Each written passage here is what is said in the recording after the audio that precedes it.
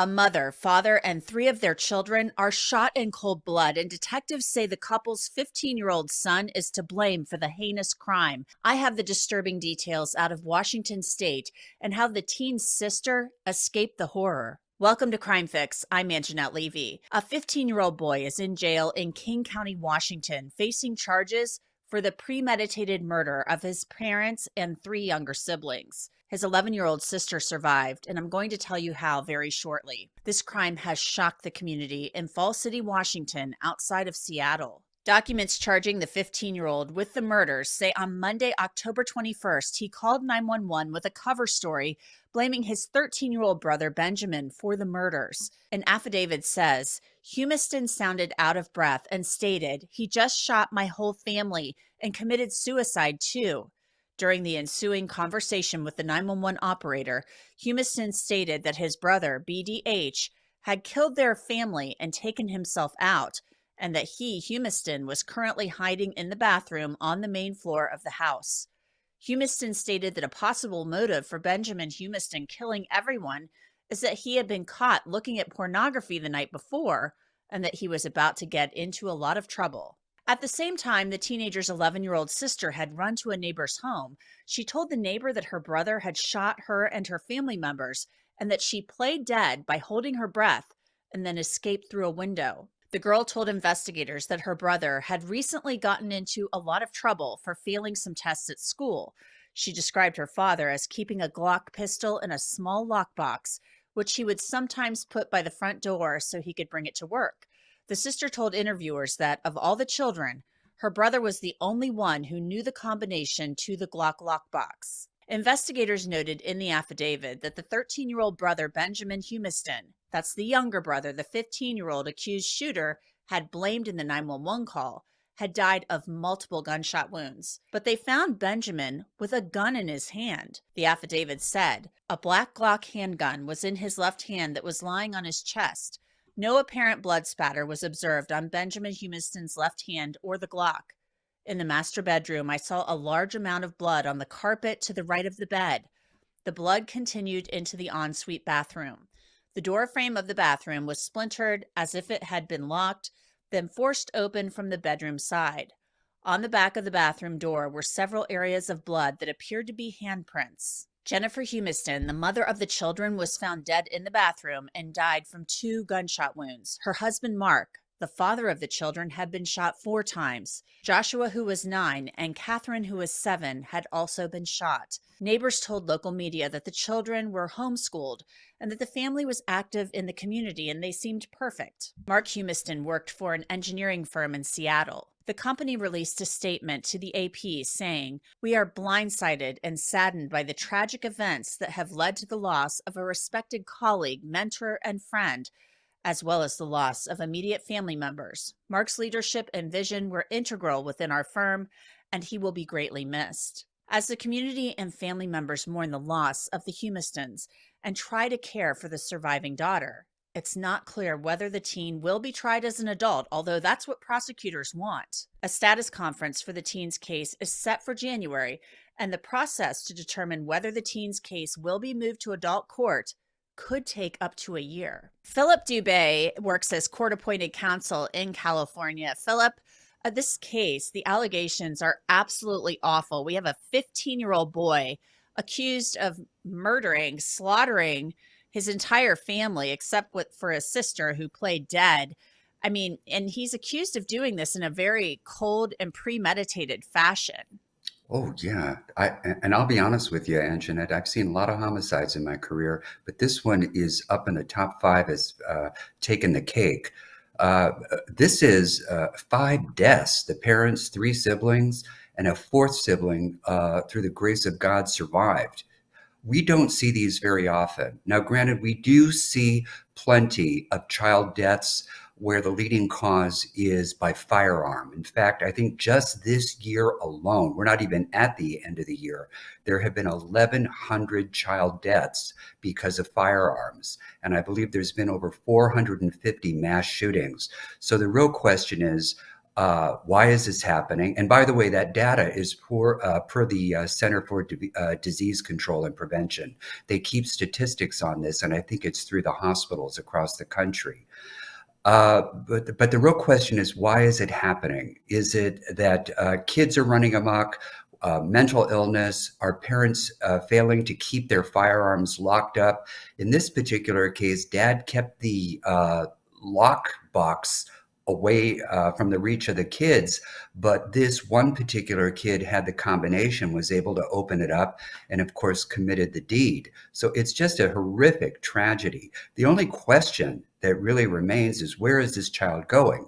Will he remain in the juvenile jurisdiction, or will he go upstairs to adult court, where he could face 25 to life in prison and potentially never get out?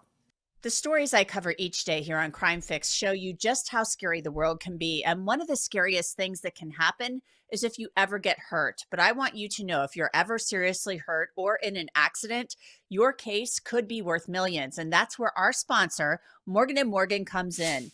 The firm has an army of more than 1,000 lawyers who will fight for what you deserve, and they have the track record to prove it. In the past few months, Morgan & Morgan has won some big verdicts, like $12 million in Florida, $26 million in Philly, and $6.8 million in New York. All of those were much higher than the highest insurance company offer. Seeing if you have a case can be done in 8 clicks or less, and you don't even have to leave your couch to start one. Also, a great thing, you only pay Morgan & Morgan if you win. There are no upfront fees. So if you're ever hurt, you can easily start a claim at forthepeople.com/crimefix. And the process in Washington State, I've been told, for them to determine whether the case will go to adult court could take up to a year, which seems like a really long time to me. But I guess they have all of these hearings they have to go through. It's a process. So nothing is going to be released about this case, no 911 calls, nothing, until it's determined whether he will be tried as an adult. As long as it stays in juvenile court, all of that stuff stays secret. The judge has even ordered that this teen's name not be released, even though we know his name. So there's a lot going on with this case still.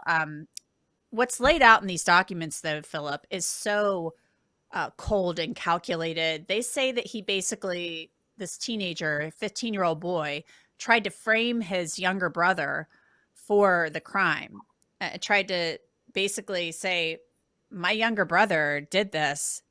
They're saying he put the gun in his younger brother's hand. Younger brother was shot multiple times. He's trying to say, my brother killed everybody and took his own life. That takes a lot of calculation and thought. What is going on with this 15-year-old kid? You've been defending people for years and years. I mean, what is going on here? Well, it's precisely what has to be developed while they're still under the juvenile jurisdiction. Within 14 days of the filing of the charging document, the prosecution must do what's called a declination hearing or a decline hearing. Sometimes in other states, we call it a transfer hearing.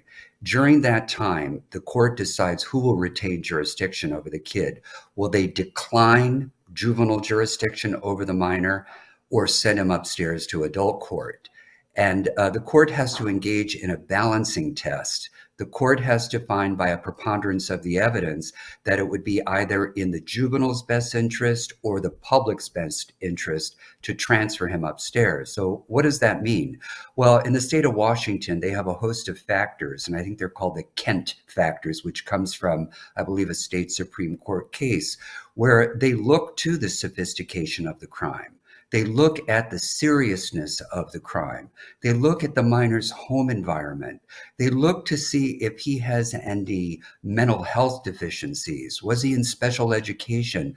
What was going on in this kid's life? Does he even have familiarity with the justice system? And by all accounts, this was a good kid. You know, he did fishing, bicycling, hung out with his siblings. I believe mom homeschooled the kids. I have a feeling that defense counsel for this child is going to do a full psychosocial workup on this kid. And they're going to find out that he had a host of special needs that likely went unaddressed during homeschooling. And we have at the public school level and even the private school level in the United States, we have what's called the No Child Left Behind legislation, where schools and districts are required to test kids and provide them with all the services that they need if they are special needs, so that they are not left behind, so they do not fail and they could advance like other kids throughout the process. And it sounds like mom was not equipped to take that on. Of course, we won't know until special testing is done on this kid and until he's seen by a psychiatrist or a forensic psychologist. But you can bet there is going to be some type of diagnosis. And my hunch is it's going to be on the autism spectrum, something to do with ADHD or attention hyperactive disorder, where something took hold of his judgment processes and an ability to control himself, and that this was clearly an impulsive act. Perhaps had he have been properly medicated, properly diagnosed, this could have been avoided.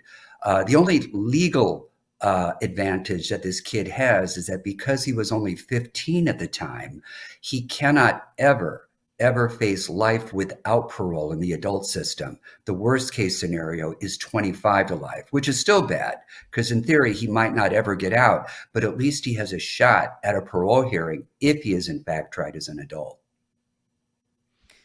Yeah, I want to talk about the 11-year-old who played dead. I mean, that is just so harrowing to me. She had the wherewithal. She was wounded, but she was able to hold her breath and play dead and then escape and go to the neighbor's house while her brother was calling 911. There's another 911 call where she's relaying information to the neighbor. I can't imagine what this girl, I mean, is going to have to go through the rest of her life. I mean, she's the only living witness. It's horrific. And if you really think about it, is it even a credibility call as to who did this shooting? I mean, in theory, the boy can insist that his brother did this, and then he would be pointing the finger at his sister that she's protecting the other brother who died. So the question is going to be, what kind of evidence did they collect? So, for example, did they have gunshot residue on the boy's hands? Did she have any gunshot residue? Is there any touch DNA on the firearm that was used? But in answer to your question, at any age, I don't care if you're 10, 11, or 20, we all have a primal instinct for self-preservation.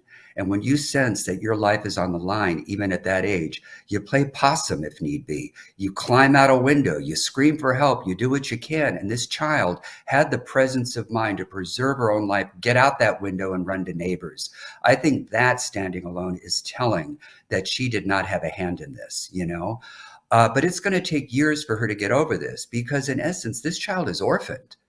You know, her parents are gone, her siblings are gone, and let's face it, the brother's probably never going to get out. And if he does, he's going to be an age-old man by then, you know? So it's going to take a while. It's going to be daunting and trying for her to have to take the stand. They're going to have to get her a support person to stand next to her in open court to help allay her concerns and the nerve-wracking experience. But she'll get through it. I don't know that she'll get over it, but she will get through it. It is absolutely horrific, Yeah. awful, awful. And I just can't even imagine.